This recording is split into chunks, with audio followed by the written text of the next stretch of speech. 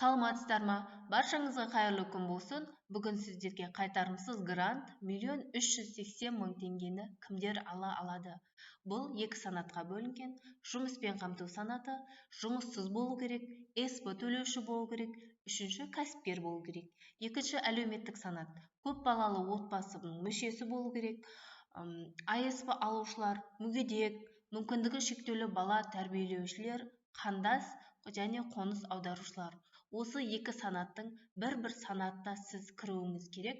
Мысалы, бірінші санатта жұмыссыз болсаңыз, екінші санатта атаулы әлеуметтік көмек алушы немесе мүгедек, көпбалалы отбасы, осы бір санатқа кірсеңіз, сіз бір санатқа кірсеңіз, осы грантқа қатысуға үміткер бола аласыз.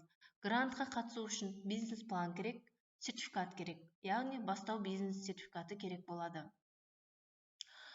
Бұл қайтарымсыз гранттың бизнес жоспарын қалай жазамын деген сұрақ болса, менің каналымда бизнес жоспардың үлгісі жасалған, каналыма тіркеліп, лайк басып қойсаңыздар болады. Өте пайдалы ақпараттармен бөлісіп отыратын боламын. Сау болыңыздар.